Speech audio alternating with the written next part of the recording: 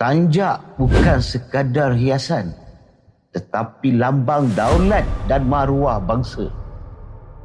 Di kepala tersarung tanjak, di jiwa tersemat adat dan adab. Sebab ada yang cakap kata orang pakai ke belakang ni nak pergi perang kan. Ikut falsafah, kalau ikut kata betul-betul, mana ada orang pergi perang pakai tanjak? Kenapa perlu pakai tanjak pakai macam ni? Pergi berperang bukan pakai tanjak. Sebab saya kalau tengok orang buat buka pecak pakai tanjak, saya cakap dia kalau dia ada adab, dia akan buka tanjak tu letak tepi baru dia pecak. Okey, kita cerita pasal baju. Baju Melayu ataupun baju kurung lelaki. Berapa indahnya.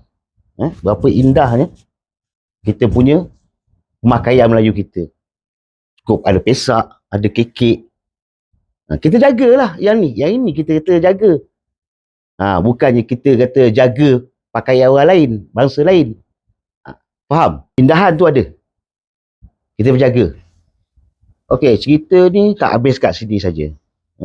Kalau korang nak tahu lebih lanjut tentang cara-cara pemakaian tanjak ni, korang boleh ikuti kami ataupun boleh ikut follow Man Tanjak di TikTok.